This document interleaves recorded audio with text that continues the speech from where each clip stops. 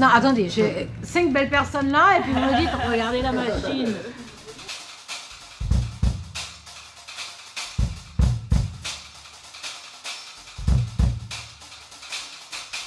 Lorsqu'on se pense sujet de droit, c'est-à-dire citoyenne, ayant des droits, ayant des obligations, et surtout ayant conscience que ces droits et ces obligations ne viennent pas de nulle part, mais de luttes qui ont été conduites par les générations avant nous, on s'interroge sur nos devoirs vis-à-vis de celles et de ceux qui viennent après nous.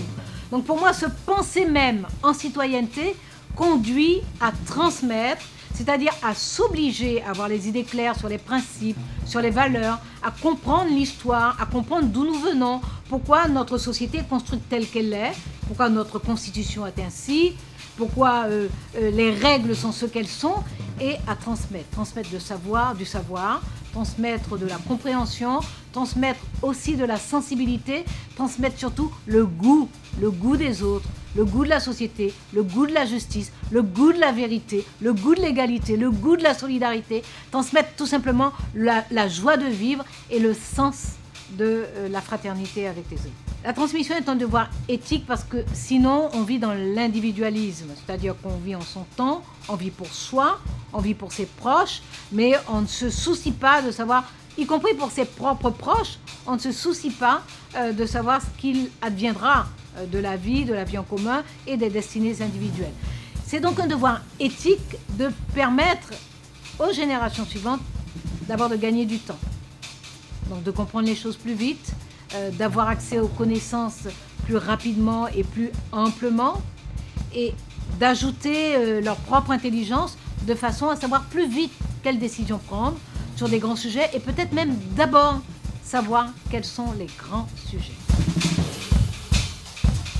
Moi, les livres m'ont beaucoup transmis. L'école, évidemment, m'a beaucoup transmis, et j'ai une immense gratitude pour les maîtresses, les maîtres que j'ai eus, y compris les méchants d'ailleurs. Mais j'ai beaucoup plus reçu de la lecture, beaucoup. Il y a très longtemps que je lis depuis que je sais lire en fait. Et la lecture a été une évasion formidable. Pour une petite fille grandissant à Cayenne, à une époque où on ne sait pas ce qu'est vraiment le monde. Ce sont les livres qui nous enseignent le monde. Il y a peu de films, on va peu au cinéma, en plus les filles ne vont pas au cinéma, en tout cas dans l'éducation que j'ai reçue. Donc il y a peu de vecteurs culturels et artistiques pour découvrir le monde. Alors qu'avec la littérature, c'est absolument sans limite. Cette journée est pour moi une surprise permanente. J'avoue que je suis venue dans un état d'esprit d'immense disponibilité, tellement prête à me laisser surprendre, tellement prête à recevoir de l'inattendu. Et j'ai été comblée.